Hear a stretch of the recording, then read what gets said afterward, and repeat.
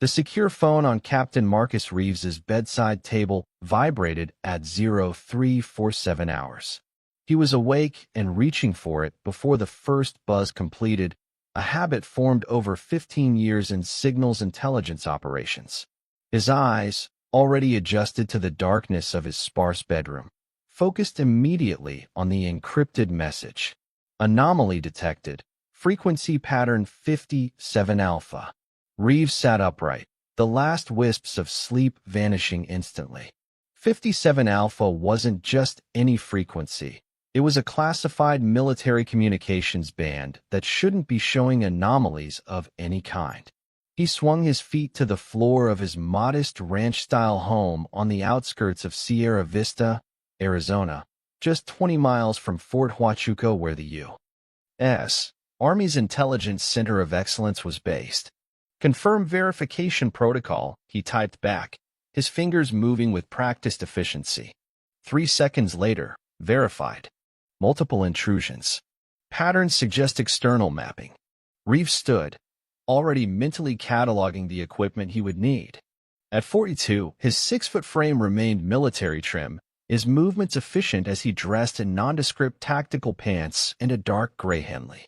His close-cropped salt and pepper hair and the faint scar across his left temple were the only outward signs of a career spent in the shadows of America's most classified cyber operations.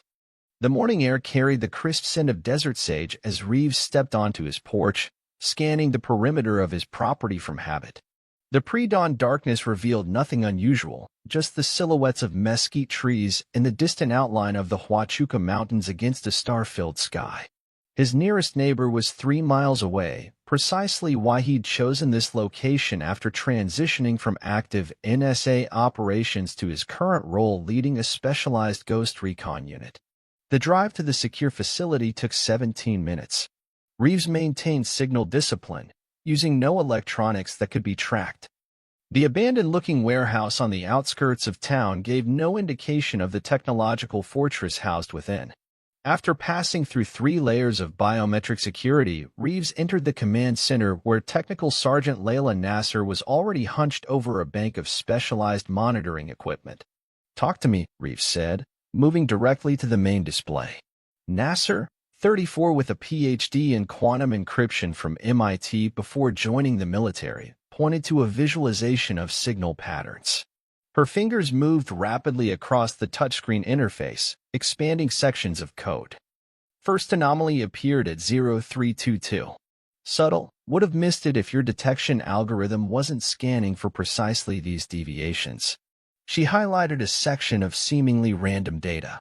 But when you isolate this pattern and apply your frequency overlap filter, the screen transformed, revealing a deliberate sequence hidden within the noise. "Someone's mapping our communication infrastructure," Reeves said, his voice calm despite the implications. "Not random probing. This is methodical." "Exactly," Nasser confirmed.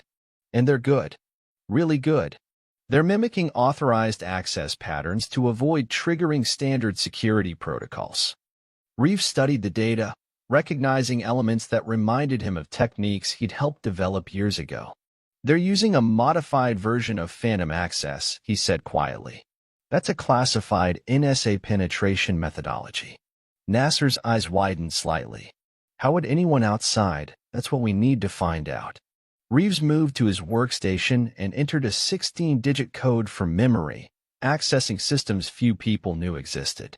"Wake up Jackson and Rodriguez. We're activating the full team."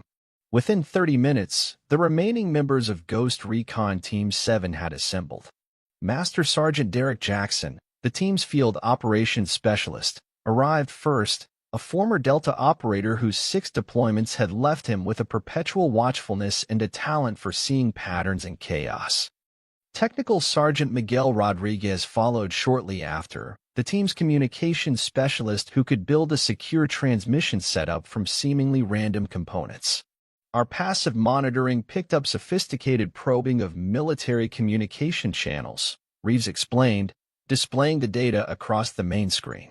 "The intrusion bears hallmarks of advanced state-level cyber operations, but the geographic origin suggests something else entirely." He zoomed in on a map of the border region. Signal triangulation places the source somewhere in this 20-square-mile area of northern Sonora. Jackson studied the terrain. That's Cisneros cartel territory. Precisely, Reeves confirmed. And the Cisneros don't have this capability organically. They've acquired help. Rodriguez leaned forward. Rogue intelligence assets? That's my assessment, Reeves said. Someone with high-level training is helping them map our military communications infrastructure. The question is why.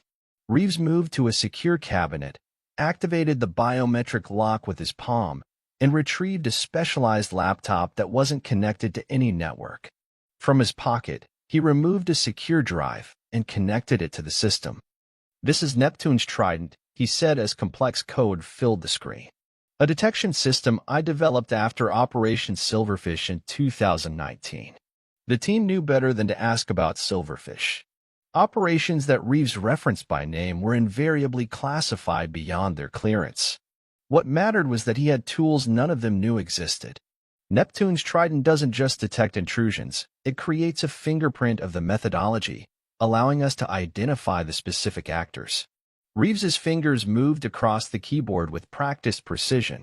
"I've only seen this particular approach once before, during a state-sponsored attempt to access NORAD communications 3 years ago. The system processed the data, comparing it against thousands of known cyber intrusion methodologies. After 73 seconds, it returned a match. Gabriel Ortiz," Reeves said, studying the profile that appeared. "Former CISAN operative who specialized in signals intelligence for Mexican federal operations against the cartels. Disappeared 18 months ago after an internal investigation into corruption." A rare flash of emotion crossed Reeves's face, not concern, but recognition. "Ortiz and I crossed paths during a joint U.S.-Mexico operation in 2017. He's brilliant, adaptable, and now apparently working for the people he once hunted." Nasser studied the technical details of the intrusion. "He's created a sophisticated backdoor into lower-level tactical communications. Border Patrol, some National Guard frequencies, possibly even some operational security channels. Which means they could potentially track movements, anticipate operations, even conduct ambushes," Jackson added, the tactical implications immediately clear to the former combat operator. Reeves nodded. "Exactly.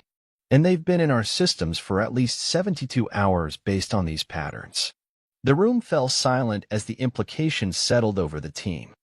Cartel access to military communications wasn't just a security breach, it was a direct threat to American forces operating along the border. "Here's what doesn't make sense," Rodriguez said, breaking the silence. "If they've been in our systems for 3 days, why haven't they made a move? Why risk continued detection without operational payoff?" "Because they're still mapping," Reeves answered.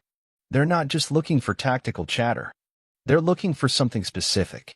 He turned to face his team. "And thanks to their sloppy implementation of the Phantom Access Protocol, they don't realize we can see them looking." Reeves hadn't always been behind a desk. Before his recruitment to the NSA's elite Tailored Access Operations Unit, he had served with distinction in Army intelligence, including deployments to Afghanistan and Iraq. During his second tour in Baghdad, his convoy had been ambushed by insurgents who had somehow known their exact route, the result of compromised communications. 3 soldiers died that day, and Reeves had barely survived, the scar on his temple a permanent reminder of how signals intelligence could be the difference between life and death. That experience had shaped his subsequent career. After recovery, he had dedicated himself to communications security, eventually becoming one of the NSA's top specialists in detecting and preventing signals intelligence compromises. His algorithms for identifying pattern anomalies in encrypted communications had become standard tools across multiple agencies, though few knew he was their creator. "We have an advantage," Reeves continued. "They don't know we've detected them. That gives us room to maneuver, to track them back to their source." He turned to Nasser. "I need you to create a shadow network, duplicate channels that mimic our actual communications but contain controlled information we can monitor." "A honeypot," she nodded. "I can have it operational within 4 hours." "Rodriguez, coordinate with Fort Huachuca." We need to quietly migrate actual sensitive communications to secure alternates without tipping our hand. On it, Captain. Jackson, prepare for field deployment. Once we have a precise location, we may need eyes on target. As the team dispersed to their tasks, Reeves returned to his workstation. His screen displayed a personnel file photo of Gabriel Ortiz, younger, clean-cut, wearing the uniform of Mexico's intelligence service. Reeves remembered their brief collaboration during a joint operation targeting a cartel communications center in Juarez. Ortiz had been precise, methodical, with an intuitive understanding of signals intelligence that Reeves had respected. "What are you looking for, Gabriel?" Reeves murmured, studying the patterns of the intrusion. The methodology was sophisticated, but with an underlying desperation that suggested high stakes.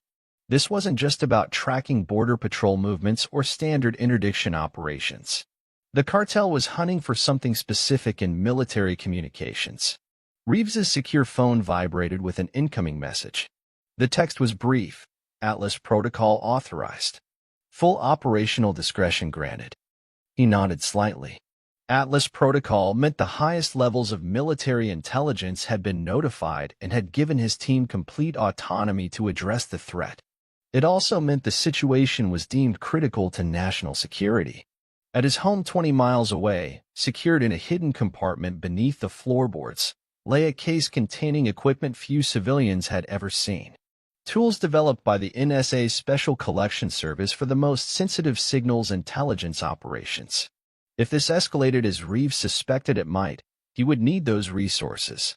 The desert sunrise painted the mountains in gold and amber as Reeves stepped outside the facility for a moment of clarity. The border lay just 40 miles south, an invisible line across rugged terrain that had increasingly become a battleground between American security forces and cartel operations. What made this intrusion different, and particularly concerning, was its sophistication. The cartels were evolving, adapting military and intelligence tactics that blurred the line between criminal enterprise and hostile foreign actor. Reeves had spent his career in the shadows, monitoring communications, identifying threats, occasionally eliminating them through the quiet weapons of the digital domain.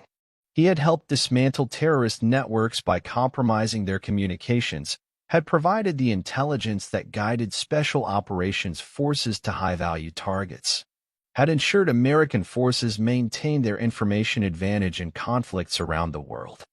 But this, cartels with advanced signals intelligence capability, represented a new kind of threat, one that struck particularly close to home, both professionally and literally. Whatever Gabriel Ortiz was searching for in military communications, Reeves was determined to ensure he didn't find it, and in the process, perhaps eliminate a capability that should never have fallen into cartel hands.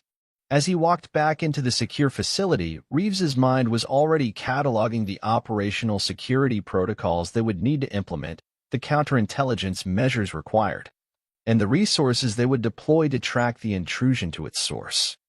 After 15 years in signals intelligence, Marcus Reeves had developed an instinct for the most dangerous kind of threats, the ones that moved silently through the invisible landscape of the electromagnetic spectrum, revealing themselves only in the subtlest patterns of data.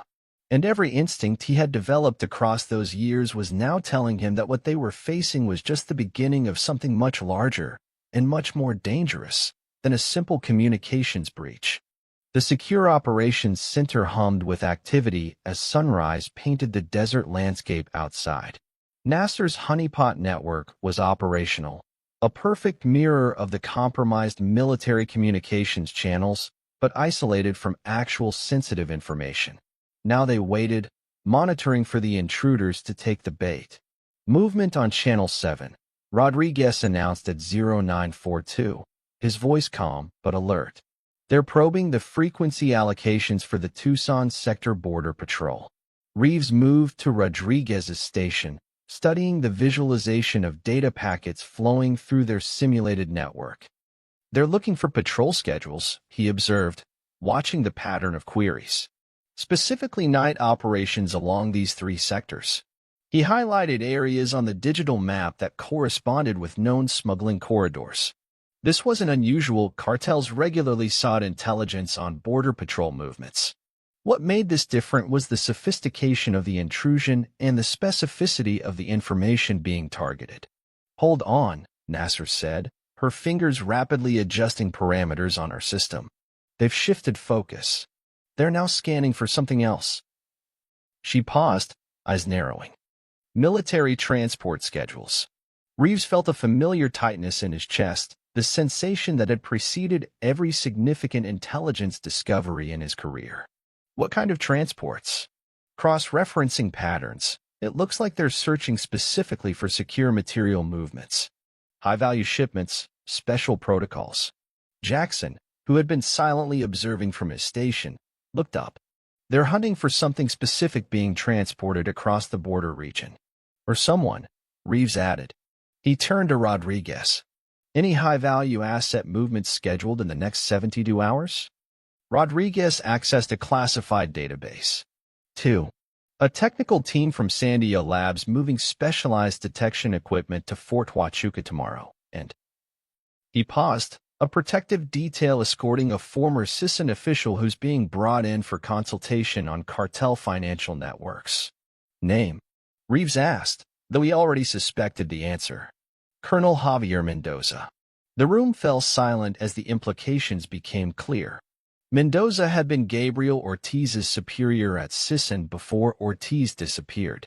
If the cartel now had Ortiz working for them, they might be using his skills to locate his former commander, likely for assassination. "They found it," Nasser announced suddenly, her eyes fixed on her monitor. The honeypot worked. They accessed the transport details for Mendoza's movement. "Time to follow them home," Reeves said. He activated a specialized tracking protocol he had embedded in the honeypot data, a digital breadcrumb trail that would allow them to trace the intrusion back to its source. The system began mapping connection points, bouncing through several proxies before triangulating on a location in northern Mexico, approximately 40 miles south of the border. "We've got a general location," Reeves announced. "Time for eyes on target." Within 90 minutes, Reeves and Jackson were in an unmarked surveillance van disguised as a telecommunications maintenance vehicle, crossing into Mexico at Nogales under diplomatic cover arranged through secure channels. Their credentials identified them as technical consultants for a joint U.S.-Mexican communications infrastructure project, a cover story with enough truth to withstand casual scrutiny. The terrain grew increasingly rugged as they drove south, the paved road eventually giving way to rutted dirt tracks that wound through mesquite-covered hills. The van, despite its ordinary exterior, contained some of the most advanced signals intelligence equipment available, capable of detecting, isolating, and analyzing electronic transmissions across a wide spectrum.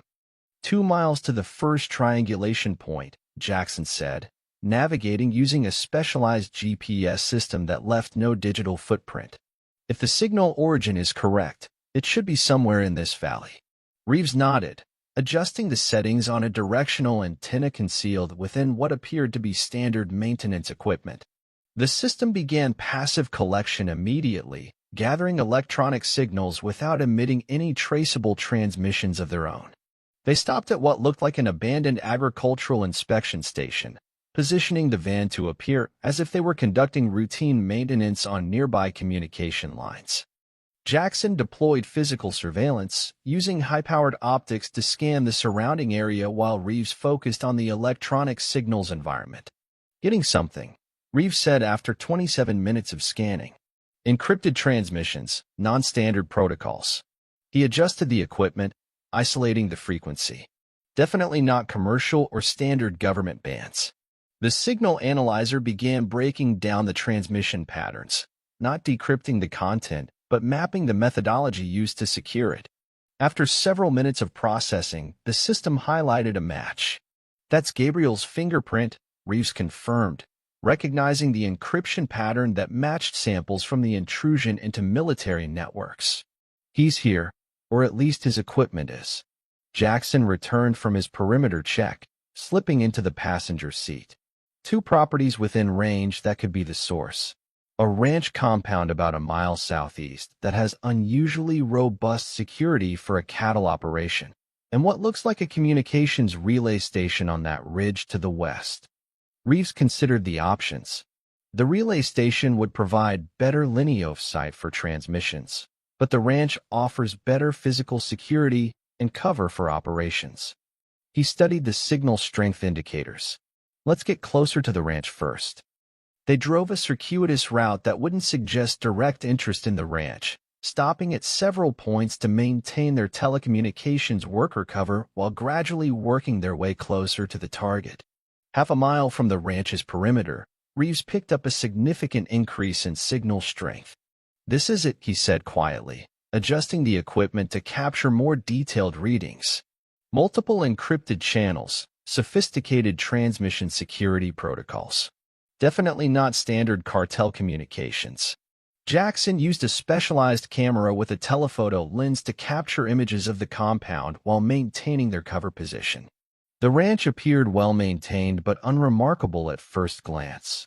A main house, several outbuildings, corrals for livestock. Only a trained eye would notice the subtle indicators of heightened security. Cameras disguised as ordinary fixtures, motion sensors positioned to cover blind spots, antennas camouflaged to blend with the agricultural setting. 4 men on rotating security patterns, Jackson noted, studying the movement of individuals around the property. Professional stance and movement discipline. Not typical cartel street muscle. These guys have training. Reeves nodded, continuing to analyze the electronic emissions from the compound. "They're actively transmitting right now." He isolated a frequency band. "This pattern, they're communicating with someone near the border." He cross-referenced the transmission with data from their secure facility back in Arizona. It matches activity we're seeing around the scheduled route for Mendoza's transport. Reeves checked his watch. The transport leaves in 14 hours. They're preparing something. Jackson lowered his camera. Surveillance? Interception? Ambush?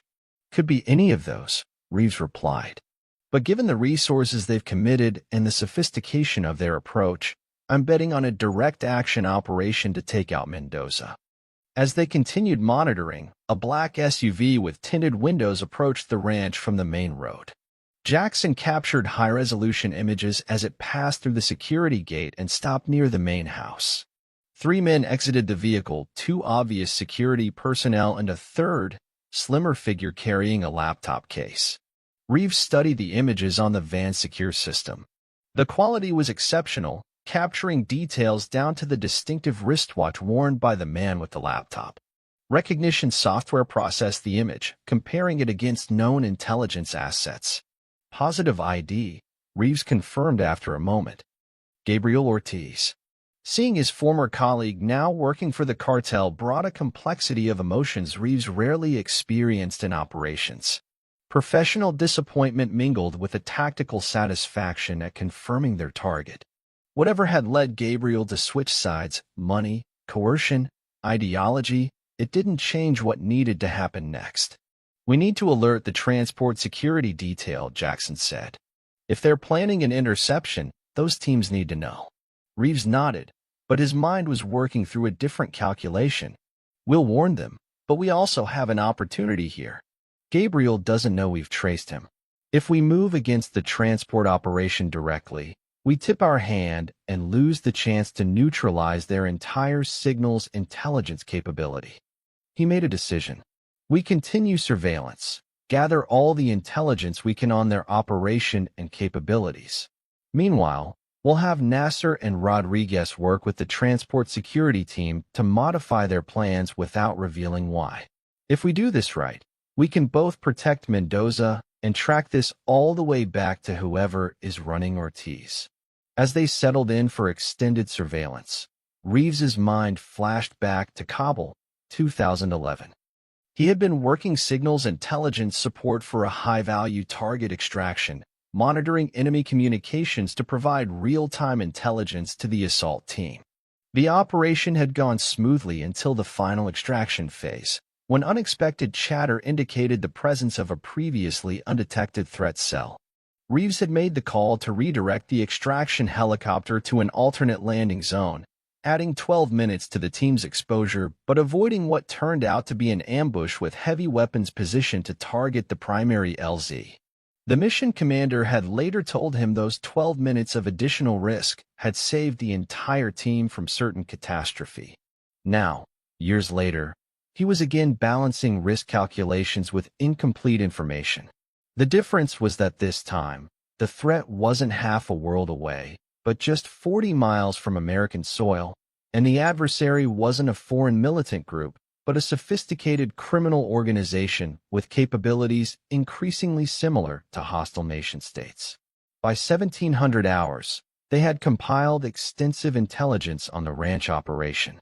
The facility housed at least 12 personnel, featured sophisticated communications equipment, and maintained strict operational security protocols. Most importantly, they had confirmed that Gabriel Ortiz was using the facility as a base for cyber operations against U.S. military and law enforcement networks. Time to exfil, Reeves decided as darkness approached. We've got what we need for now, and staying longer increases risk of detection.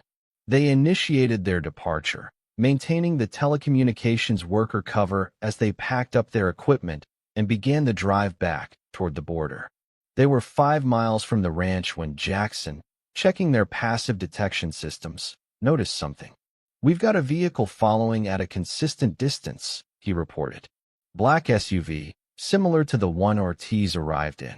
Reeves checked the side mirror. The SUV maintained a disciplined surveillance distance, close enough to maintain visual contact, but far enough to avoid appearing obvious. "They made us," he said calmly. "Question is whether they identified us specifically or just flagged us as potential intelligence gathering." "Options?" Jackson asked, his tone professional despite the sudden increase in threat level. "We maintain cover for now," Reeves decided. "No indication they're moving to intercept. They're probably just confirming our exit from their territory." The SUV followed them to within 2 miles of the border before peeling off standard counter-surveillance procedure to confirm a subject's departure without risking international complications. Still, the fact that they'd drawn attention was concerning. Reeves made a mental note to modify their approach if they needed to return. Back on U.S. soil, they established a secure satellite connection to their operations center. Definitive confirmation on Ortiz, Reeves reported to Nasser and Rodriguez. He's operating from a ranch compound approximately 40 miles south of the border. Based on communications we intercepted, they're planning something in relation to Mendoza's transport tomorrow. We've already coordinated with the security detail, Nasser replied. Route changes and enhanced protocols implemented, all masked as standard security variation to avoid tipping our hand. What about the breach in our systems? Reeves asked. Still active, Rodriguez confirmed. They're continuing to access the honeypot network, focusing heavily on the transport details. Perfect, Reeves said. Now we feed them exactly what we want them to see. He outlined his plan, a classic counterintelligence operation using the compromised network to deliver carefully crafted misinformation while simultaneously tracking the adversary's response to identify additional nodes in their network. By 2200 hours, they had implemented a comprehensive deception operation. The honeypot network now contained modified information about Mendoza's transport, accurate enough to be believable but altered in key details that would render any interception attempt based on that intelligence ineffective. More importantly, they had established a surveillance net around all digital activities connected to the intrusion. If Gabriel Ortiz or his cartel handlers acted on the information they'd accessed, Ghost Recon Team 7 would know immediately and be positioned to respond. Reeves returned to his modest ranch house well after midnight, his mind still processing the day's developments. The threat was more sophisticated than initially assessed. Gabriel Ortiz wasn't just providing technical assistance to the cartel, he was building them an intelligence capability that rivaled some nation-states. As he secured his home through habit-driven protocols, checking locks and security systems with automatic precision, Reeves considered the personal dimension of the operation. Gabriel had been respected within the intelligence community, talented, dedicated, seemingly principled. What had changed?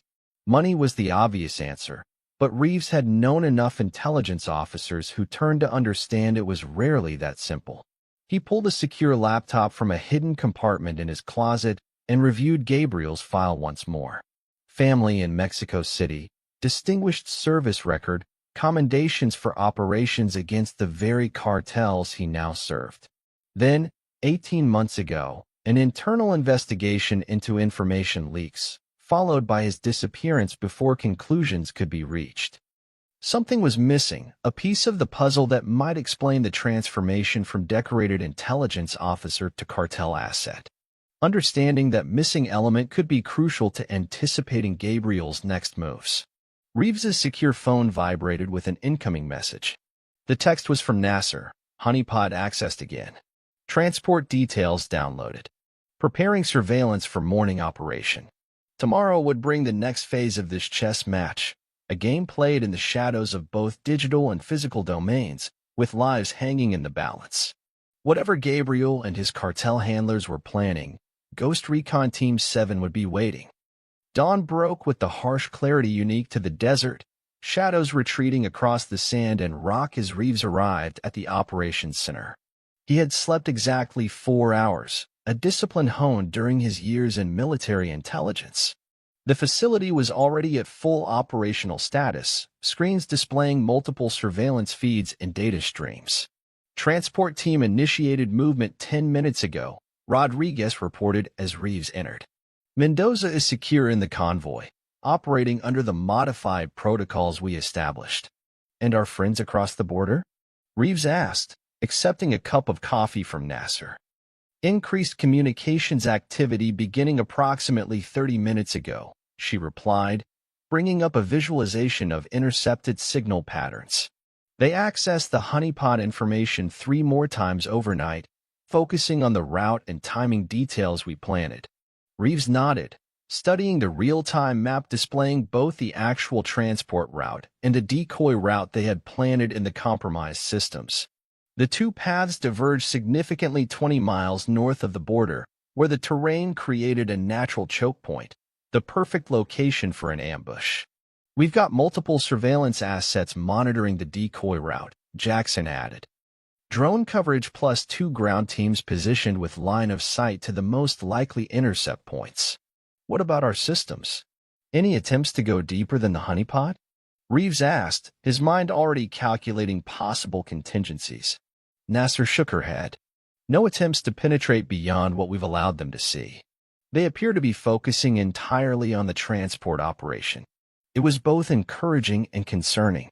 The lack of additional intrusion attempts suggested they hadn't detected the deception, but the intensity of their focus on Mendoza's movements indicated how high a priority the operation was for the cartel.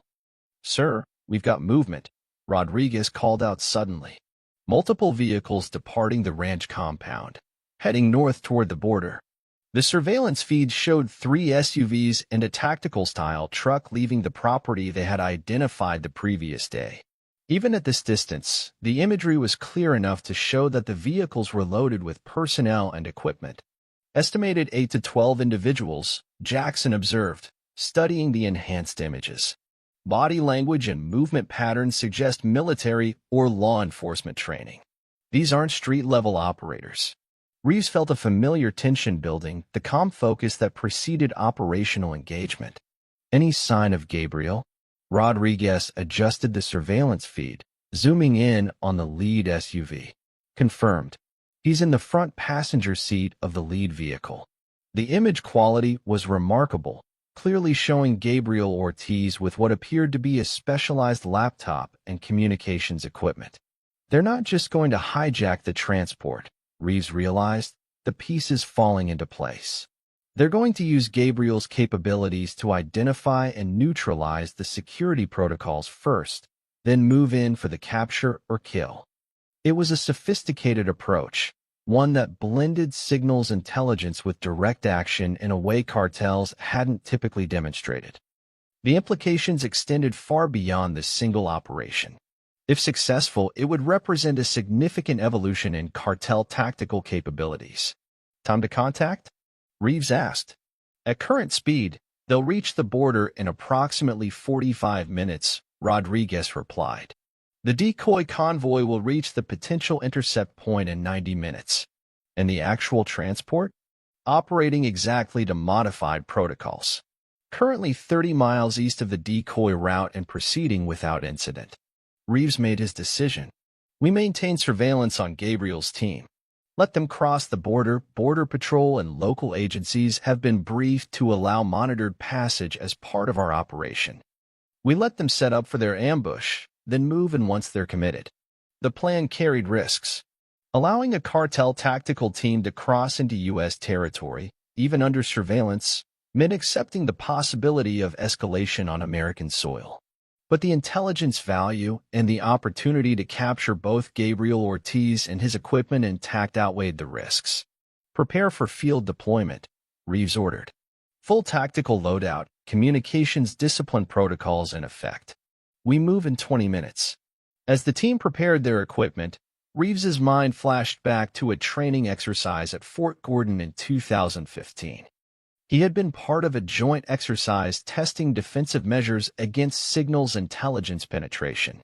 The scenario had involved a simulated enemy force using compromised communications to ambush a protected convoy, almost exactly the situation they now faced in reality.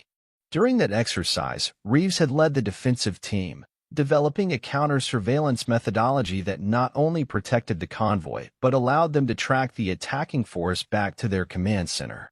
The approach had been so effective that it was incorporated into standard training protocols. Now, 9 years later, he would implement those same principles against a real-world threat. The memory triggered another, more personal recollection. Gabriel Ortiz had attended a regional security conference where Reeves had presented findings from that very exercise. Had Gabriel studied those techniques, incorporated them into his current operations? Was Reeves now facing an adversary who had learned from his own playbook? Ready to move, sir, Jackson announced, breaking Reeves from his thoughts. 28 minutes later, Ghost Recon Team 7 was airborne in a modified UH-72 Lakota helicopter. The aircraft, painted in medical evacuation colors to avoid drawing attention, carried a suite of specialized electronic surveillance equipment in addition to the team's tactical gear. Targets have crossed the border at a remote point east of Nogales, Rodriguez reported through the secure communications system. Consistent with avoiding standard checkpoints while minimizing difficult terrain crossing. Reeves studied the real-time tracking data. They're maintaining course toward the decoy route intercept point. He turned to Nasser. Any changes in their communications patterns? Increasing frequency, but maintaining encryption protocols, she replied. They're coordinating their approach, but still no indication they've detected the deception. The helicopter maintained a standoff distance of 8 miles, using high-altitude sensors to track the cartel vehicles while remaining beyond visual or auditory detection range. Meanwhile, ground-based teams moved into blocking positions that would cut off potential escape routes once the operation was initiated. Something's happening, Rodriguez said suddenly. The convoy has stopped approximately 2 miles south of the intercept point. He adjusted the surveillance feed, zooming in on the vehicles. The tactical truck and 2 SUVs had pulled off the main road into a concealed position among rock formations. The third SUV continued forward, likely conducting reconnaissance of the planned ambush location. They're setting up, Jackson observed. Classic forward observation with main element in hide position. Reeves watched as personnel exited the vehicles and began establishing what appeared to be a tactical operations center. Gabriel was clearly visible, setting up specialized equipment including directional antennas and what looked like signal jammers. They're preparing to neutralize the convoy's communications before the ambush, Reeves noted. Standard electronic warfare tactics to isolate the target before the strike. It was a level of sophistication that confirmed his concerns about the evolution of cartel capabilities. This wasn't just about eliminating Mendoza, it was about demonstrating advanced tactical proficiency that would serve them in future operations against law enforcement and military targets. How long until the decoy convoy reaches the intercept point? Reeves asked. 32 minutes at current speed, Rodriguez replied. Reeves made his decision. We wait until they've fully committed to the ambush. Once the decoy convoy approaches and they initiate their electronic warfare measures, we move in. He turned to Jackson. Tactical plan? Jackson had already prepared the approach. We insert 200 meters north of their position, using the terrain for cover. Ground teams will move to blocking positions here and here. He indicated points on the digital map. Primary objective is to secure Gabriel and his equipment intact if possible. The plan was sound, balancing the need to neutralize the threat with the intelligence value of capturing Gabriel and his systems. As they waited for the operation to unfold, Reeves recalled his last interaction with Gabriel during a joint operation in 2018. They had been tracking a cartel communications specialist who had developed an encrypted network for coordinating cross-border drug shipments. Gabriel had impressed him with his technical acumen and dedication. During a planning session, he had expressed frustration with corruption within Mexican security forces that repeatedly undermined their operations. "Sometimes I think we're swimming against a current too strong to overcome," Gabriel had said. "For every network we dismantle, 3 more appear, often with help from the inside." Had that frustration eventually led him to switch sides? To conclude that the system was too corrupted to reform, that personal profit was the only rational choice? Or was there something more complex at work, pressure, coercion, some leverage the cartel had found to turn a dedicated intelligence officer into their asset? Decoy convoy approaching the 10-minute mark, Rodriguez announced, returning Reeves to the present moment. On the surveillance feed, the cartel team had completed their preparations. Gabriel had positioned signal jammers and was monitoring communications with specialized equipment. The tactical team had deployed to covered firing positions overlooking the road, while the reconnaissance SUV had returned and was now hidden approximately half a mile north of the main element. "They've activated jamming systems," NASA reported. "The decoy convoy is reporting communications interference exactly as we anticipated." This was the confirmation Reeves had been waiting for. The cartel team had initiated active electronic warfare measures, fully committing to the ambush operation. More importantly, they had revealed the full extent of their capabilities, giving Ghost Recon Team 7 valuable intelligence on their electronic warfare systems. "Execute," Reeves ordered. The UH-72 banked sharply, descending rapidly toward the landing zone north of the cartel position. Ground teams simultaneously activated, moving to secure the perimeter and establish blocking positions. The operation had transitioned from surveillance to direct action. As the helicopter touched down, Reeves felt the familiar surge of controlled adrenaline that had accompanied every field operation of his career. Despite years behind computer screens and monitoring equipment, the tactical skills ingrained during his early military training remained sharp. The team deployed with practiced efficiency, each member moving to predetermined positions. Jackson took point, leading the approach toward the cartel's position. Nasser and Rodriguez operated specialized electronic countermeasures designed to neutralize Gabriel's equipment without destroying it. Reeves moved with the team, his focus absolute.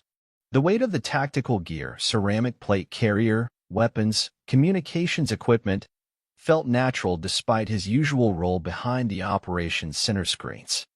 This wasn't his first time transitioning from signals intelligence to direct action, though it had been several years since his last field operation.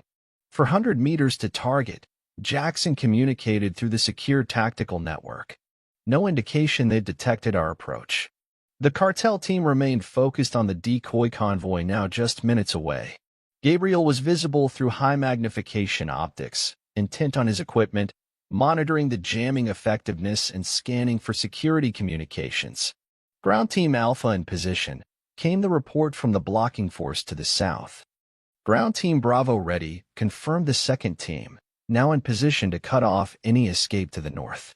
The pieces were in place. Reeves gave the final order, execute Phase 2. 3 events happened simultaneously. First, specialized jammers activated, neutralizing the cartel's communications equipment. Second, the decoy convoy suddenly diverted from its route, making it clear it would not be passing through the ambush zone. Third, Ghost Recon Team 7 and their supporting elements initiated a coordinated approach from multiple directions. The cartel team's reaction was immediate and professional, indicating their training level. Rather than panicking, they quickly shifted to defensive positions, establishing security while Gabriel attempted to restore their communications. "This is Captain Marcus Reeves, United States Army," Reeves announced through a tactical loudspeaker system. "You are surrounded by U.S. military and law enforcement personnel. Surrender immediately." The response came in the form of gunfire as several cartel operators opened fire on the approaching team. Jackson and the tactical element returned fire with precise, controlled bursts, focusing on the immediate threats while maintaining the overall objective of capturing Gabriel and his equipment. Reeves moved forward with Nasser and Rodriguez, using terrain features for cover as they approached the tactical truck where Gabriel had established his electronic warfare position. Through his optics, Reeves could see Gabriel frantically working to either restore communications or potentially destroy sensitive equipment. 2 targets neutralized, Jackson reported. The rest are falling back to defensive positions around the command vehicle. The situation was developing exactly as anticipated, the cartel team protecting their high-value asset, Gabriel, and his equipment. The disciplined response further confirmed these weren't ordinary cartel gunmen, but trained personnel, likely former military or police who had been recruited or coerced into cartel service. As the team continued their advance, Reeves's tactical training from years earlier resurfaced in muscle memory and instinctive responses. During his early career, before specializing in signals intelligence, he had served with a reconnaissance unit in Afghanistan, conducting similar operations against Taliban communications centers. One operation in particular came back with vivid clarity: a raid on a compound in Kandahar province where intelligence indicated a Taliban commander was coordinating attacks using sophisticated communications equipment. The mission had gone sideways when they discovered the target had more security than anticipated. Reeves had been forced to adapt the plan on the fly, using his understanding of the communications equipment to identify and neutralize the command element while the rest of the team handled perimeter security. Now, years later and thousands of miles away, he found himself in a strikingly similar situation. The difference was that this time, he knew exactly who was on the other side of the operation. "Gabriel," Reeves called out, moving closer to the tactical truck. "This is Marcus Reeves. You remember Fort Gordon, 2018. You're surrounded, no chance of extraction. Don't throw your life away for the cartel." There was a pause in the gunfire from the direction of the truck. "We've got movement," Jackson reported. One individual approaching from the command vehicle with hands raised. Through his optics, Reeves confirmed it was Gabriel Ortiz, moving slowly with his hands visible. Behind him, the remaining cartel operators continued to provide covering fire, though with diminishing effectiveness as the Ghost Recon team and supporting elements established fire superiority. "I'm coming out," Gabriel called in accented English. "Don't shoot." Reeves moved forward cautiously, weapon trained on Gabriel's approaching figure. "On your knees, hands behind your head," he ordered when Gabriel was approximately 15 meters away. Gabriel complied, kneeling on the dusty ground. His expression revealed a complex mix of emotions: resignation, relief, perhaps even a hint of the professional respect that had once existed between them. "It's been a long time, Marcus," he said as Reeves approached. "Not long enough for you to become cartel, Gabriel," Reeves replied, securing Gabriel's hands with tactical restraints while maintaining awareness of the ongoing operation around them. "You don't understand," Gabriel began, but was cut off by a renewed burst of gunfire from the remaining cartel operators.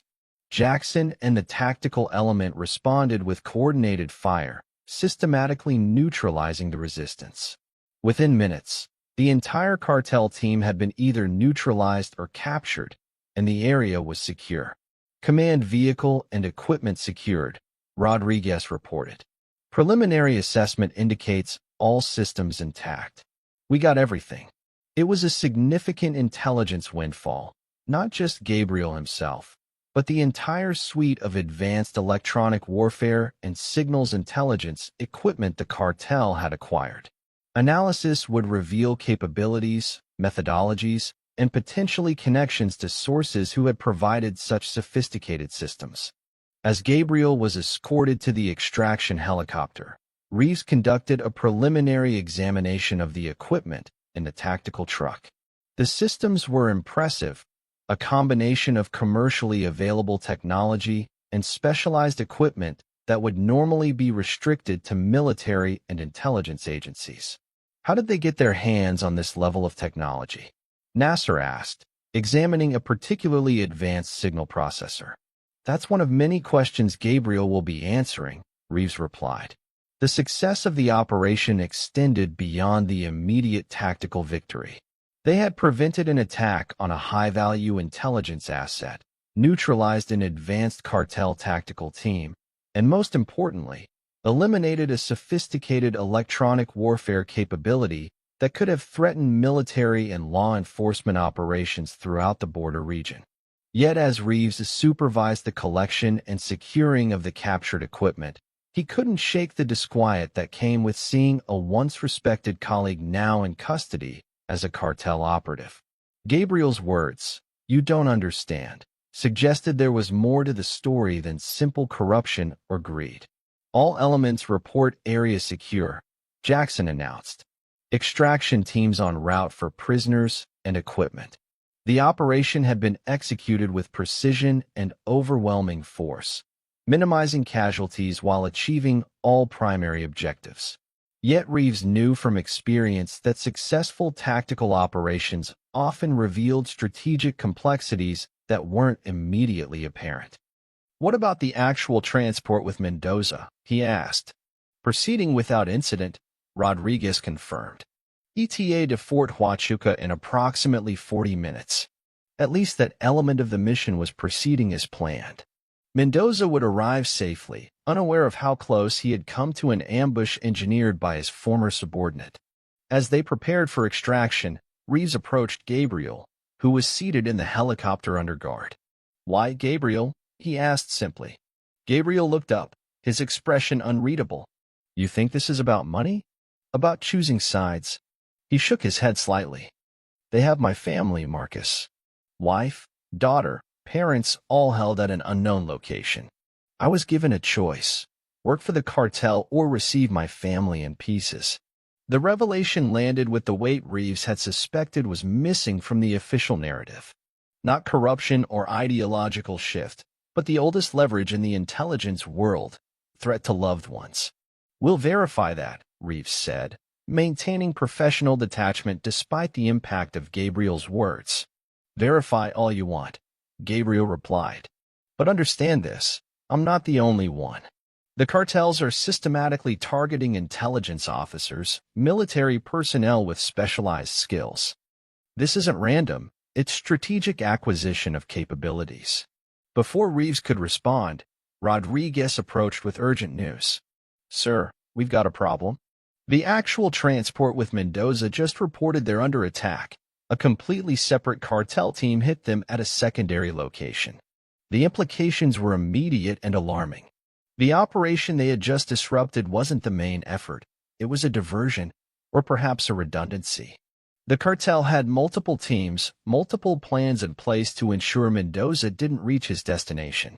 And suddenly, Gabriel's presence here made more sense. He wasn't the cartel's primary signals intelligence asset. He was one of several, part of a broader strategy to acquire specialized capabilities across multiple domains. "We need to move now," Reeves ordered, his mind already recalculating the operational picture. What they had just accomplished wasn't the end of the mission. It was merely the beginning of a much larger and more complex challenge than they had anticipated.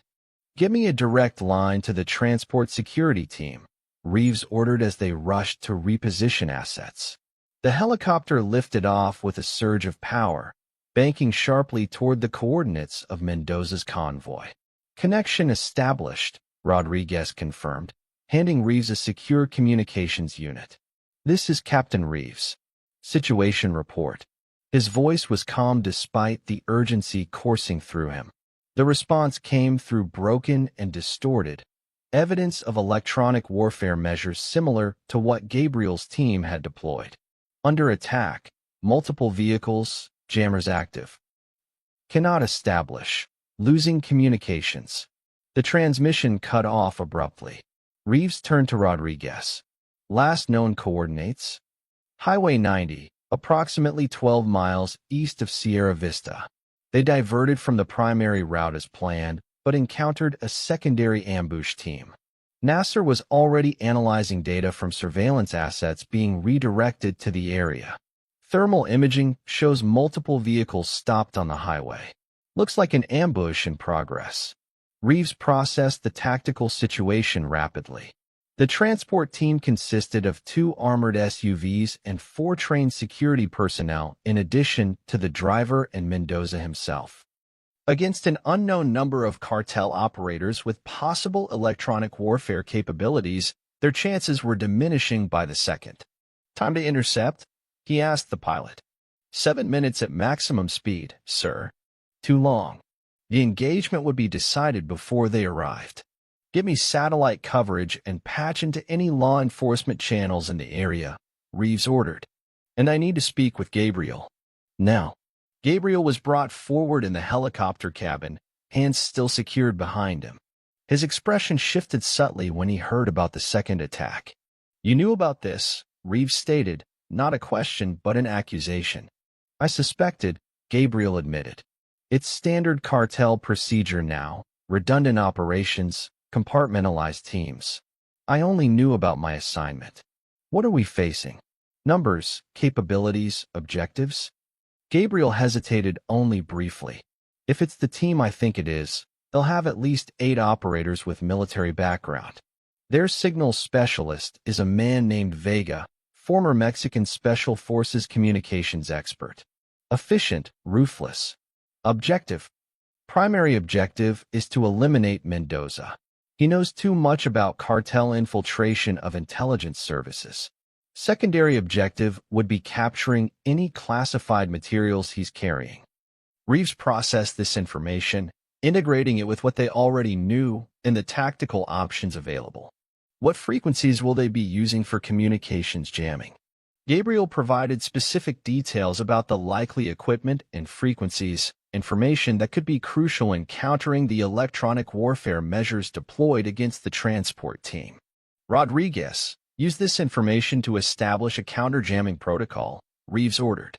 See if we can break through their electronic warfare envelope and re-establish contact with the transport team. As Rodriguez worked to implement the countermeasures, satellite imagery began streaming to their tactical displays.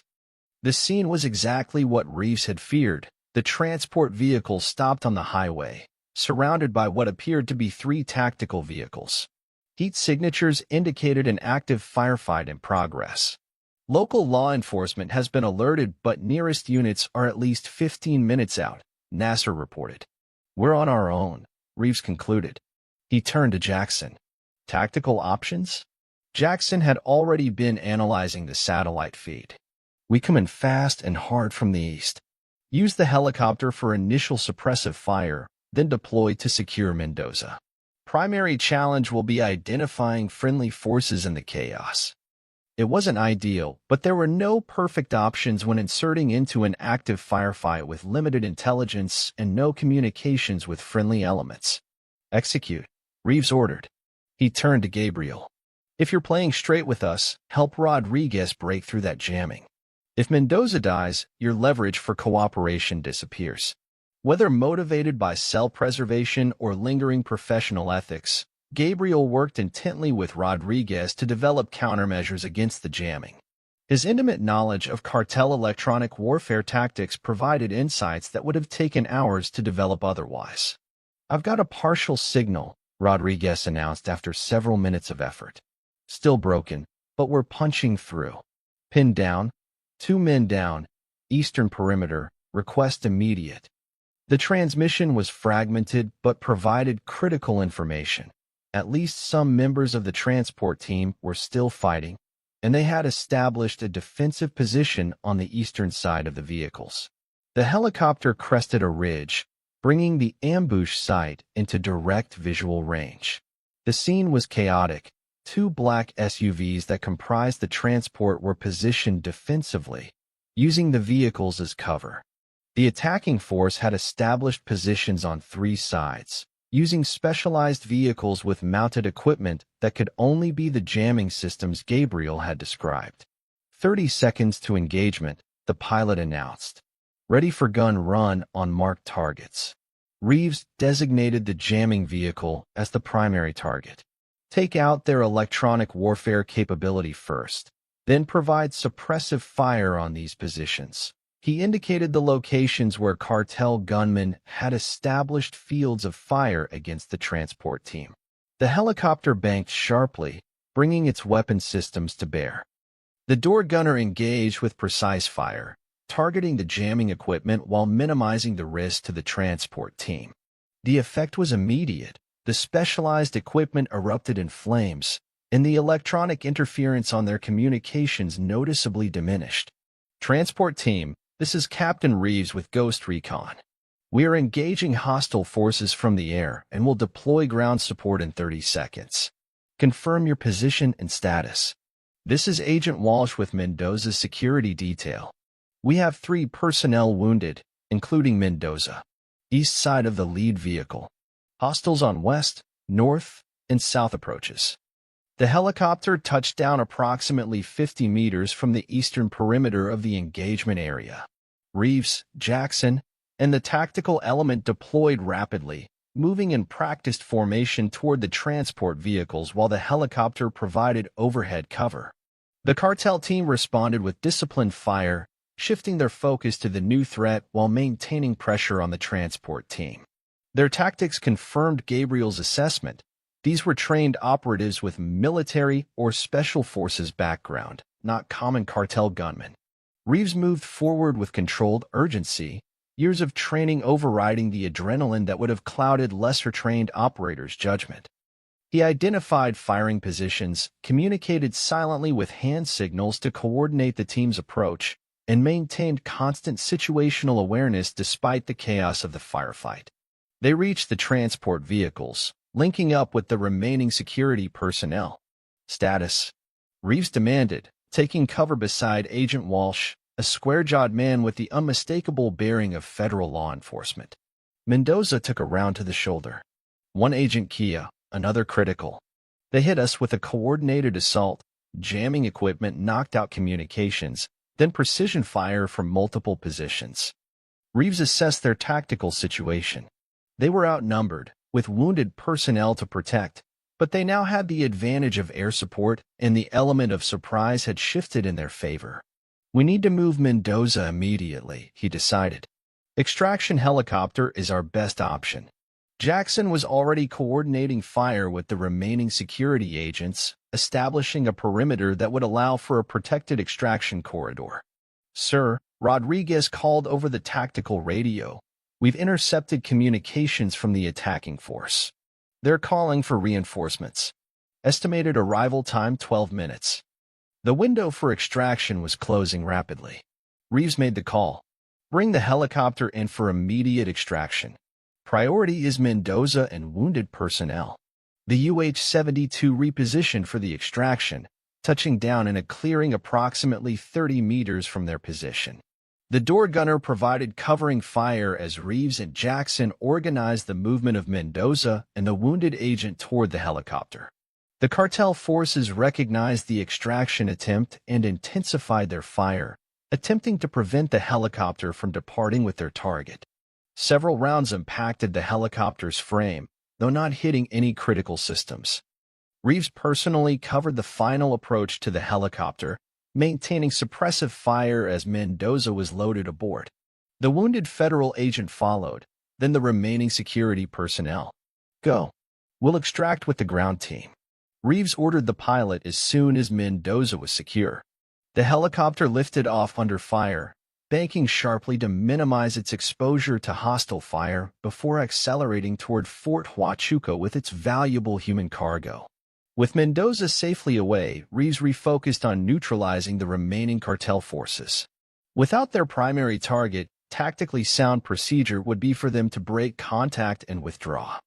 Instead, they maintained their positions, continuing to engage with disciplined fire. "They're not breaking off," Jackson noted during a pause to reload. "They should be withdrawing now that Mendoza is gone." Reeves had noted the same anomaly. If the cartel team's objective was Mendoza, they had failed and should be executing their escape plan. Their continued engagement suggested either poor tactical discipline or, more concerning, a secondary objective. "Nasser," Reeves called over the tactical radio, "were there any additional sensitive materials or personnel in that transport besides Mendoza?" Her response came after a brief delay. According to the mission brief, Mendoza was carrying a secure laptop and hard drives containing intelligence on cartel penetration of government agencies, classified at the highest levels. That explained the cartel team's persistence. They hadn't secured their primary target, but the intelligence Mendoza was transporting represented a significant secondary prize, and potentially a death sentence for numerous individuals if it fell into cartel hands. "Walsh," Reeves called to the federal agent, "where's Mendoza's equipment?" "Secure case in the lead SUV. Black Pelican, red diplomatic seals." The case was less than 15 meters away, but in the most exposed position of their perimeter, directly in the cartel force's field of fire. "We need that case," Reeves decided. "Jackson, suppressive fire on the south approach. Rodriguez, coordinate with the door gunner to hit their northern position when I move." It would be a high-risk maneuver, but the alternative, allowing highly classified intelligence to fall into cartel hands, was unacceptable. Reeves had made similar calculations throughout his career, weighing personal risk against mission objectives with the detached analysis that characterized effective combat leaders. "Executing on your mark," Jackson confirmed, repositioning to provide maximum coverage for Reeves's approach to the vehicle. Reeves took 3 measured breaths, visualizing the path, identifying cover points, calculating timing. "Mark." The coordinated suppressive fire erupted precisely as planned, forcing the cartel gunman into cover momentarily. Reeves moved with the fluid efficiency of someone who had trained for exactly such scenarios, crossing the exposed ground in a controlled sprint while maintaining awareness of potential threat angles. He reached the SUV, using it as cover while locating the secure case. It was wedged beneath the front seat, partially hidden by deployment of the vehicle's airbags during the initial ambush. Reeves secured it with one hand, while maintaining his weapon ready with the other. The return journey was more complicated. The cartel forces had adjusted to the suppressive fire patterns and were now focusing their attention on the SUV, aware of what Reeves was attempting to retrieve. A round impacted the vehicle inches from Reeves's position, sending fragments of metal and glass spraying across his arm. He felt the burn of a laceration but maintained focus, waiting for the next cycle of suppressive fire before moving. "Coming out. East side," he communicated. 3, 2, 1. Jackson and Rodriguez coordinated another barrage of suppressive fire, temporarily forcing the cartel gunman to cover. Reeves moved swiftly, the secure case clutched firmly as he navigated back to their defensive position. A shooter Reeves hadn't identified opened fire from an elevated position to the southwest, rounds impacting the ground in a tracking line toward his position.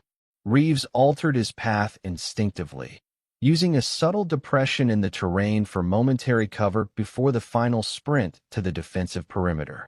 He made it back with the case intact, though blood now soaked his left sleeve from the shrapnel wounds sustained during the retrieval. "Package secured," he reported, positioning the case in the center of their defensive formation. "Status on cartel reinforcements?"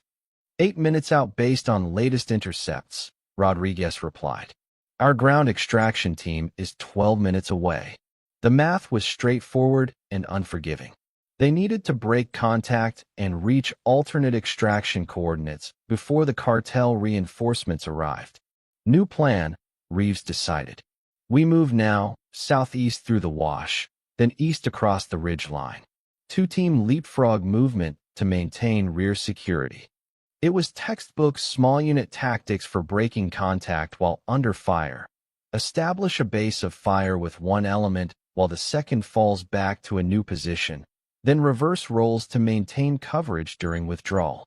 The team executed with professional precision, gradually disengaging from the firefight while maintaining enough suppressive fire to prevent effective pursuit. Jackson led the first element while Reeves commanded the rear security team, methodically navigating the challenging terrain while protecting their high-value package. The cartel forces attempted to maneuver to cut off their withdrawal but lacked the numbers to establish an effective blocking position. Their fire became increasingly sporadic and ineffective as distance and terrain features provided the Ghost Recon team with additional cover. 20 minutes later, they reached the alternate extraction coordinates, a small clearing in the foothills 3 miles from the ambush site. The extraction helicopter was already on approach, having delivered Mendoza and the wounded personnel to Fort Huachuca before returning for the ground team. As they prepared for extraction, Reeves took a moment to examine the secure case they had risked so much to recover. The diplomatic seals were intact, suggesting the contents remained secure despite the violence of the ambush. "Sir," Rodriguez called, "you need to see this." He had been analyzing data from the communications intercepts throughout the engagement. The information displayed on his tactical tablet was concerning detailed communication logs showing the cartel forces coordinating not just with their immediate reinforcements but with multiple other elements across the border region. "They've got at least 3 additional teams active," Rodriguez explained, "all using the same sophisticated communications protocols we saw with Gabriel's operation." The implication was clear and disturbing. What they had encountered wasn't an isolated operation but part of a coordinated campaign involving multiple teams with advanced capabilities. "And there's something else," Rodriguez continued, highlighting a particular communication intercept. "They're not just after Mendoza. They referenced secondary targets at Fort Huachuca, something about the prototype." Reeves felt a cold certainty settle over him. This was larger than they had initially assessed. Not just the elimination of a high-value intelligence asset, but potentially an operation targeting sensitive military technology or information at the Army's intelligence center. The helicopter touched down, rotors whipping dust across the extraction zone as the team boarded with practiced efficiency. Reeves secured the diplomatic case himself, unwilling to relinquish personal responsibility for its protection until it could be delivered to the appropriate authorities. Direct to Fort Huachuca, he ordered the pilot. Maximum speed, security protocols Alpha 7 in effect. As the helicopter lifted off, Reeves established a secure connection to their operations center. "We have the package and are inbound," he reported to Nasser, who had returned to the center after the initial extraction. "But we've got a potential situation developing. I need you to coordinate with Fort Huachuca security immediately, possible threat to installation, specifically regarding something called the prototype." "On it," Nasser confirmed. "But there's something else you need to know. Gabriel has been cooperating extensively during initial questioning. He's provided information that changes our understanding of the entire situation." "Details," Reeves prompted, his mind already processing potential implications. The cartel's cyber and electronic warfare capabilities aren't just about drug operations anymore. Gabriel claims they're systematically targeting military technology, specifically focused on prototype systems being tested for border security applications. The pieces began falling into place in Reeves's tactical assessment. Not just Mendoza's intelligence on cartel infiltration, but a coordinated campaign targeting American military technology, a strategic-level threat that extended far beyond typical cartel operations. What specifically at Fort Huachuca might qualify as the prototype? Reeves asked. There was a brief pause before Nasser responded. According to base security protocols, there's a classified testing program for next-generation border surveillance systems, integrated sensors, autonomous monitoring platforms, advanced signals intelligence capabilities. Codename Cerberus. The codename triggered an immediate recognition. Reeves had reviewed elements of the Cerberus program during his time with the NSA, a cutting-edge system that integrated multiple surveillance technologies into a comprehensive border security solution. If deployed, it would significantly hamper cartel cross-border operations through unprecedented detection capabilities. The cartel isn't just targeting Mendoza, Reeves realized. They're making a play for Cerberus, either to destroy it or, worse, to acquire the technology for themselves. The helicopter banked sharply as Fort Huachuca appeared on the horizon. Even from a distance, Reeves could see increased security activity, additional patrols, checkpoint activations, the telltale signs of heightened alert status. Base security has already implemented elevated protocols based on your warning, NASA reported. All sensitive areas locked down, additional personnel deployed to critical sections. It was the correct response, but Reeves wasn't convinced it would be sufficient. If the cartel had invested in the level of capabilities they had already demonstrated, multiple teams with advanced electronic warfare equipment, former military and intelligence personnel, they would have contingency plans for base security measures. Has Gabriel provided any intelligence on how they might target the installation? Reeves asked. He claims not to have specific knowledge of that operation, but he identified several individuals who might be involved, former Mexican special forces with specialized training in facility penetration. The helicopter began its descent toward the secured landing zone at Fort Huachuca. Reeves could see the welcoming committee, military police vehicles, security personnel in tactical gear, senior officers waiting to receive both the diplomatic case and Reeves's immediate assessment of the situation. As they touched down, Reeves made a rapid series of tactical decisions. Jackson, coordinate with base security for immediate deployment to the Cerberus testing facility. Rodriguez, establish a signals monitoring perimeter focusing on the frequencies Gabriel identified. I'll brief the command staff and then join you at the facility. The diplomatic case was transferred to waiting security personnel with appropriate clearance levels. Mendoza had already been moved to the base medical facility, his wounds being treated while under heavy guard. Colonel Harrison, the installation's security commander, approached as Reeves exited the helicopter. Captain Reeves, we've implemented security protocols based on your warning. What exactly are we dealing with? Sir, based on intelligence from multiple sources, we believe the cartel is planning a direct action operation against the Cerberus project, Reeves explained as they walked briskly toward the command center. They've demonstrated sophisticated electronic warfare capabilities and have multiple teams with military training operating in the area. Harrison's expression remained professionally neutral, but Reeves noted the subtle indicators of concern in his body language. How would they even know about Cerberus? That program is classified at the highest levels. That's one of several questions we need to answer urgently, Reeves replied. But the more immediate concern is securing the testing facility and associated systems.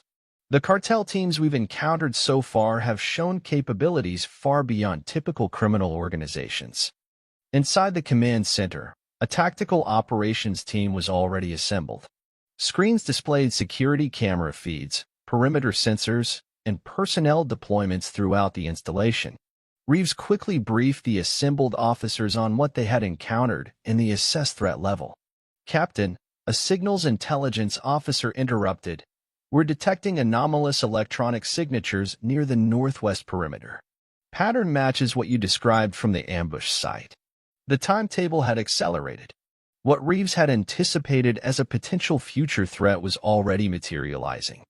They're making their move now, he assessed, studying the tactical displays. Using the confusion from the Mendoza situation as cover for their primary objective, Colonel Harrison immediately activated the installation's highest security protocols. All personnel to defensive positions. Security teams Alpha through Delta deploy to the northwest sector. Cerberus facility, implement lockdown procedures immediately. Reeves studied the installation schematic, identifying the most likely approach vectors and vulnerable points in the security perimeter. His years of experience in signals intelligence gave him unique insight into how an adversary might exploit electronic systems to facilitate a penetration. Sir, with your permission, I'd like to take my team to the Cerberus facility directly, Reeves requested. We have specific experience countering the electronic warfare tactics they're likely to employ. Harrison nodded sharply. Granted. Take whatever resources you need. As Reeves moved to rejoin his team, his tactical mind was already processing the evolving situation. The cartel had revealed a level of strategic thinking and operational capability that transformed them from a law enforcement problem into a genuine national security threat. Their coordinated campaign, targeting both human intelligence assets like Mendoza and advanced technology like Cerberus, demonstrated planning and resources previously associated only with hostile nation-states. Jackson was waiting with a tactical vehicle, engine running. Security teams are reporting electronic interference with perimeter systems on the northwest side. He reported as Reeves joined him. Pattern matches what we saw at the ambush site. They're using the same playbook, Reeves noted, creating an electronic warfare envelope to blind security systems before the physical breach. He activated his tactical radio. Rodriguez, what's your assessment on signal patterns? Multiple jammers, coordinated frequencies, professional deployment, Rodriguez replied from his position in the base's communications center. They're focusing on perimeter detection systems and security cameras, creating blind spots for an insertion team. It was exactly what Reeves would have done if planning such an operation. Neutralize electronic detection systems first, then insert a specialized team to achieve objectives with minimal engagement. As their vehicle sped toward the Cerberus facility on the north side of the installation, Reeves received updated intelligence from Nasser. Gabriel has provided additional information, she reported. The operation targeting Cerberus is being led by a former Mexican Special Forces commander named Vargas. Gabriel describes him as exceptionally skilled in facility penetration and electronic countermeasures. Casualties? Reeves asked, knowing that Vargas's team would have encountered perimeter security personnel. 2 guards found unconscious at Northwest Checkpoint 3. Non-lethal tactics, precision application. The approach confirmed what they were dealing with. Highly trained operators with military discipline, not typical cartel gunmen who relied on overwhelming firepower and brutality. This team was specifically equipped and trained for sensitive infiltration operations where stealth and precision were prioritized over force. They reached the Cerberus facility, an unassuming building designed to appear as standard administrative offices rather than a high-security research installation. Additional security personnel had already established defensive positions, and the facility's specialized security measures had been activated. Dr. Elena Valdez, the lead scientist for the Cerberus project, met them at the secure entrance. Captain Reeves? Colonel Harrison said you're familiar with the threat we're facing. Dr. Valdez, we believe a specialized cartel team is specifically targeting Cerberus, Reeves explained as they moved inside the facility. They've demonstrated advanced electronic warfare capabilities and extensive intelligence on classified operations. What exactly would they be after here? Valdez led them deeper into the facility, past multiple security checkpoints to a central laboratory area. Cerberus isn't just another border surveillance system, she explained. It's an integrated platform that combines advanced signals intelligence, pattern recognition algorithms, and autonomous response capabilities. If deployed, it would revolutionize border security by providing comprehensive detection of all movement and communications across the border region. Making it the cartel's worst nightmare, Jackson observed. Exactly, Valdez confirmed. But the most sensitive component isn't the hardware, it's the proprietary algorithms that process the data. Those algorithms represent years of development and testing. And they're stored here? Reeves asked. The complete system is only accessible from this secure facility. There are no external network connections, no wireless capabilities. To access the core systems, someone would need physical presence in this room. As if triggered by her words, the facility's lights flickered momentarily before emergency systems activated. Security alarms began sounding throughout the building. They're here, Reeves stated simply, already moving to establish defensive positions. The hunt for Gabriel Ortiz had led them to something far larger and more significant, a direct confrontation with the cartel's new generation of militarized capabilities, now threatening America's most advanced border security technology. "Secure the primary server room," Reeves ordered, tactical instincts taking over as emergency lighting bathed the facility in an eerie red glow. "Dr. Valdez, what's the most critical component they could target?" "The central data core," she replied without hesitation, pointing toward a reinforced door at the end of the main laboratory. "It contains all the Cerberus algorithms and operational protocols." Jackson was already moving, coordinating with base security personnel to establish defensive positions. "Security systems are compromised," he reported. "External cameras are down. Internal surveillance is glitching. They've penetrated the facility's electronic infrastructure." Reeves assessed their tactical situation with practiced efficiency. The facility's design, intended to protect against espionage and unauthorized access, now created a confined battle space with limited maneuver options. If Vargas's team had the same level of training and equipment they'd encountered in the field, this would be a close-quarters engagement decided by training and tactical discipline. "Dr. Valdez, initiate whatever emergency protocols you have for protecting the core data," Reeves instructed. "Then get to a secure location." "There's a failsafe," she explained, moving to a specialized console. "If triggered, it initiates a purge sequence that requires multiple authentication steps to halt. Without proper authentication, the core data is wiped after 10 minutes. She entered a complex sequence of commands, then placed her palm on a biometric scanner. "Failsafe initiated. Without my authentication every 2 minutes, the system will proceed with data purge." It was an elegant security solution. Even if intruders reached the data core, they would need both continuous access to Dr. Valdez and specialized knowledge to prevent the purge protocol from executing. "Now go," Reeves directed. "Security will escort you to the command center." As Valdez was led away, Reeves received an update from Rodriguez, who was coordinating with base communications from a secure position. "Thermal imaging shows at least 6 figures that breached the northwest perimeter," Rodriguez reported. "They've split into 2 teams. One appears to be maintaining electronic warfare systems outside the facility. The second is inside the building moving toward your position. They know exactly what they're after," Reeves noted.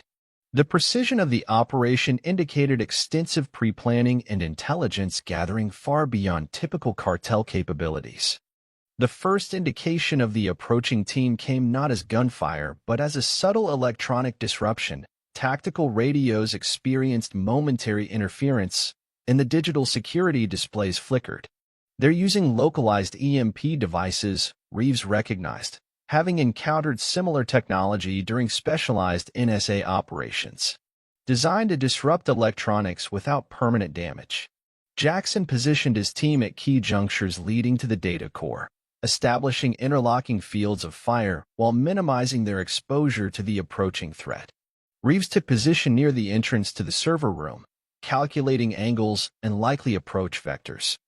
The attack, when it came, was precisely coordinated. First, small devices rolled into the main laboratory area, releasing a dense smoke that obscured normal vision. Seconds later, the distinct sound of suppressed weapons fired targeted the security personnel at the outer positions. Through the smoke, Reeves detected movement, disciplined operators using the visual obscuration to advance methodically toward the data core. Their movement patterns confirmed what Gabriel had told them. These were former special forces, trained in close-quarters battle and facility penetration. Night vision, Reeves ordered through the tactical communication system that remained partially functional despite the electronic countermeasures. The Ghost Recon team and security personnel activated their advanced optics, giving them a critical advantage in the obscured environment. Reeves identified 3 operators moving in a standard penetration formation: point man, flanking security, rear coverage.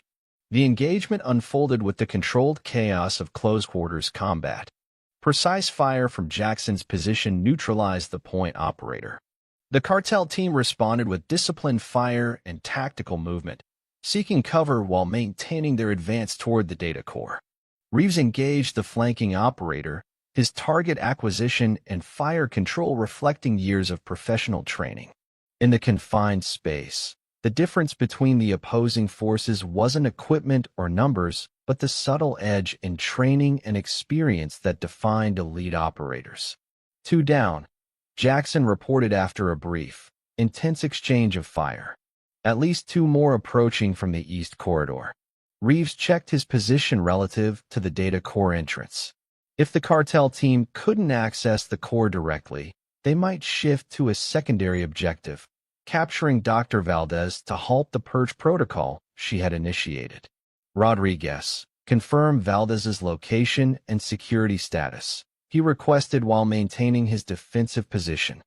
She's in the command center with full security detail, Rodriguez confirmed. Perimeter teams are engaging the electronic warfare element outside the facility. They've neutralized 2 operators and secured their equipment. It was the first positive shift in the tactical situation. Without their electronic warfare support, the infiltration team would lose their technical advantage and be reduced to a standard direct action operation against superior numbers. A new voice came over the tactical network, Colonel Harrison from the Installation Command Center. Captain Reeves, we've identified the cartel team leader. Facial recognition confirms it's Sergio Vargas, former commander of Mexico's GAFE Special Forces Unit. He's the one who trained the original Zetas before they broke away to form their own cartel. The information added critical context to what they were facing. Vargas wasn't just another cartel operative. He represented the highest tier of special operations expertise, now turned toward criminal enterprise. He had literally written the training manuals for Mexico's most elite military unit before disappearing into the shadows of cartel service. Any visual on Vargas himself? Reeves asked, knowing that neutralizing the commander could significantly degrade the team's effectiveness. Negative. He's likely with the infiltration element. As if summoned by the discussion, a new tactical approach became evident. Rather than continuing the frontal advance toward the data core, the remaining cartel operators initiated what Reeves immediately recognized as a specialized breaching tactic, synchronized flashbang deployment followed by a diagonal approach pattern designed to disrupt defensive positions. Breach attempt imminent, Reeves warned. Offset positions, prepare for multiple entry points. The flashbangs detonated in a precisely timed sequence, creating a cascading disruption effect. Even with protective equipment, the sensory assault was momentarily disorienting. Through the tactical chaos, a figure moved with distinctive efficiency, taller than the others, with the unmistakable movement patterns of a command operator. Vargas. Unlike his subordinates, who focused on the direct security threat, Vargas moved purposefully toward the data core entrance. He wasn't engaging in the firefight, but exploiting the tactical disruption it created to achieve the primary objective. Reeves made an instant decision, breaking from his position to intercept Vargas directly. It was a calculated risk, exposing himself to potential crossfire, but recognizing that preventing Vargas from reaching the data core took precedence over personal security. The 2 operators, one American intelligence, one cartel special forces, converged near the reinforced entrance to the data core. Vargas noted Reeves's approach and adjusted seamlessly, transitioning from his facility penetration focus to direct engagement. What followed wasn't the chaotic exchange typical of combat, but the precise, controlled violence of 2 elite operators with extensive close-quarters training. Vargas attempted a standard disarming technique, which Reeves countered with a movement that reflected his specialized NSA tactical training. They were evenly matched in skill, but Reeves had one critical advantage. His objective was defensive, requiring only that he prevent Vargas from accessing the data core until the purge protocol completed. Vargas, conversely, needed to both neutralize Reeves and gain access to the secured room within a rapidly diminishing time frame. "You're too late," Reeves stated as they separated momentarily after a lightning exchange of strikes. The data purge is already in progress. In less than 3 minutes, Cerberus will be gone. A flash of calculation crossed Vargas's features, the rapid assessment of mission parameters against operational realities that defined experienced commanders. Perhaps, Vargas replied with unexpected composure, but Cerberus isn't the only prize in this facility. The statement triggered immediate alarm in Reeves's tactical assessment. Vargas knew something they didn't, an additional objective beyond the Cerberus system itself. Before Reeves could process the implications, the facility's emergency systems activated a new alert. Colonel Harrison's voice came through with urgent clarity. All units, be advised. We have a breach at the Auxiliary Research Wing. Second Cartel team accessing the prototype hardware storage. The strategy suddenly became clear. The data core attack was partially a diversion, occupying the primary security response, while a second team targeted the physical hardware components that, while less valuable than the proprietary algorithms, still represented advanced technology the cartel could potentially reverse engineer. Vargas used the momentary distraction to make a final attempt at the data core entrance, but Reeves intercepted him with precise timing. Their engagement intensified, no longer a contest of technique but a race against the closing operational window. In the background, Reeves was peripherally aware of Jackson and the security team neutralizing the remaining cartel operators. The tactical advantage had shifted decisively as base security forces converged on the facility, overwhelming the infiltration team with superior numbers and coordination. Recognizing the collapse of his operation, Vargas made a final, desperate attempt to reach the data core. Reeves countered with the controlled aggression that characterized elite operators, neutralizing the threat without lethal force, a professional courtesy from one operator to another, but also ensuring Vargas would be available for intelligence exploitation. Clear, Jackson reported moments later. All hostiles neutralized or in custody. Security teams are engaging the second element at the auxiliary wing. Reeves secured Vargas with tactical restraints, noting the professional resignation in the former Special Forces commander's demeanor. There was no resistance now, just the calm acceptance of operational failure that experienced field commanders understood intimately. "You're good," Vargas commented unexpectedly, an acknowledgement between professionals. "Ghost Recon, yes? We studied your tactics when I was with Gafe."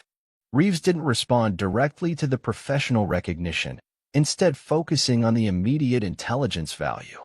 Who turned Gabriel Ortiz? Who provided the intelligence on Cerberus? Vargas smiled slightly. "You think this is just about a cartel wanting to stop a border surveillance system? This operation had multiple sponsors, Captain Reeves. The cartel was just the visible element. The implication was disturbing, suggesting nation-state involvement or international arms dealers seeing opportunity in providing advanced capabilities to criminal organizations." Before Reeves could press further, Colonel Harrison arrived with additional security personnel.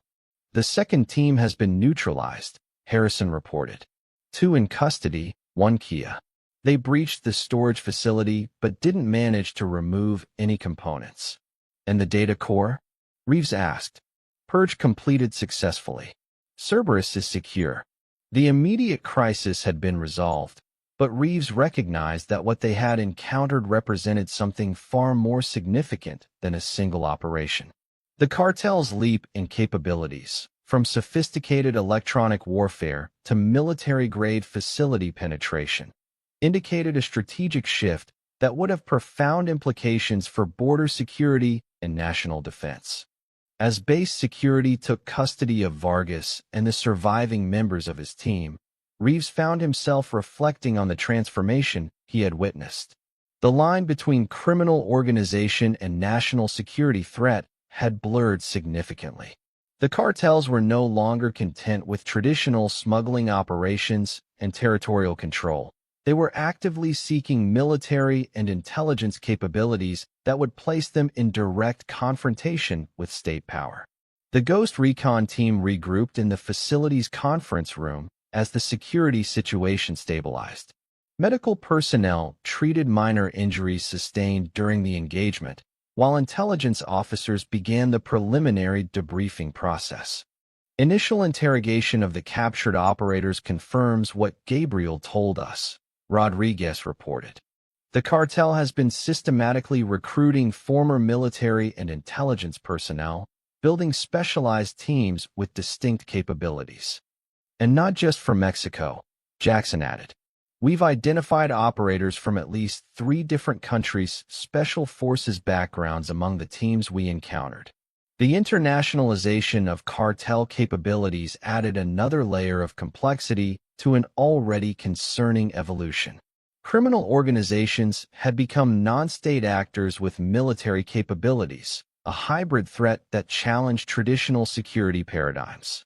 Dr. Valdez joined them, her professional composure restored now that the immediate danger had passed. They knew exactly what they were targeting, she observed. Not just the general system, but the specific components and their locations within the facility. That level of intelligence, it's troubling. It suggests they have sources within the military or intelligence community, Reeves agreed. Possibly coerced like Gabriel, possibly recruited. Colonel Harrison entered with updated information. We've completed preliminary analysis of the equipment captured from the cartel teams. Much of it is military grade, some with identifying markers removed. This wasn't assembled from commercial components. This is proper military electronic warfare equipment, which means they have access to restricted supply chains, Reeves noted. Another indication of state-level sponsorship or international arms dealers. The full implications were still emerging, but one thing was clear. What had begun as an investigation into compromised military communications had revealed a fundamental transformation in the threat landscape along the border. The cartels had evolved from a law enforcement challenge to a national security concern requiring military-level response capabilities. The secure briefing room at Fort Huachuca buzzed with activity 3 days after the attack. Senior military and intelligence officials had arrived from Washington, recognizing the significance of what Ghost Recon Team 7 had uncovered. Captain Reeves stood at the front of the room, presenting the final assessment of the operation. The threat we encountered represents a strategic evolution in cartel capabilities, Reeves explained, displaying evidence gathered from the captured equipment and interrogations. They've moved beyond traditional criminal enterprise to adopt military-grade electronic warfare, signals intelligence, and direct action capabilities. The screen showed images of the sophisticated equipment recovered from Gabriel's team and Vargas's operatives, a disturbing array of technology that shouldn't have been in cartel hands. More concerning is the evidence of state-level support, Reeves continued. Analysis of the equipment and intelligence gathered from the captured operatives suggests involvement from foreign actors interested in proxy disruption of U.S. border security systems. Colonel Harrison stepped forward to address questions about the status of the Cerberus system. The core algorithms were successfully protected, but this incident reveals vulnerabilities in our security protocols. We're implementing enhanced measures for all sensitive research facilities, particularly those involved in border security technology. Gabriel Ortiz had provided extensive cooperation following his capture, revealing a network of former intelligence and military personnel now working for the cartel, some willingly recruited with financial incentives. Others coerced through threats to family members. His own family had been located and extracted by Mexican authorities acting on intelligence provided through the operation. The cartel's defeat was undeniable, Reeves concluded. We neutralized 3 specialized teams, captured their equipment, and protected both Mendoza and the Cerberus system. But this represents just the visible element of a larger strategic shift. The Pentagon had already authorized expanded Ghost Recon operations along the border, recognizing that traditional law enforcement responses were insufficient against this evolved threat. Specialized teams with signals intelligence capabilities would now monitor for the electronic signatures unique to these cartel operations. Though some questioned the extent of military involvement in what had traditionally been considered a law enforcement domain, most celebrated the powerful message sent. America would not allow cartels to acquire military capabilities that threaten national security. Captain Reeves, humble yet firm in his assessment, quietly stepped back from the limelight as the briefing concluded. He would return to his duties without fanfare, continuing the invisible work of signals intelligence and counter-electronic warfare that few would ever know about. The intelligence gathered from Gabriel Ortiz and Sergio Vargas had already led to 3 additional operations targeting cartel signals intelligence facilities across the border region. Each raid revealed further evidence of the cartel's strategic evolution and their connections to international arms dealers and hostile foreign intelligence services.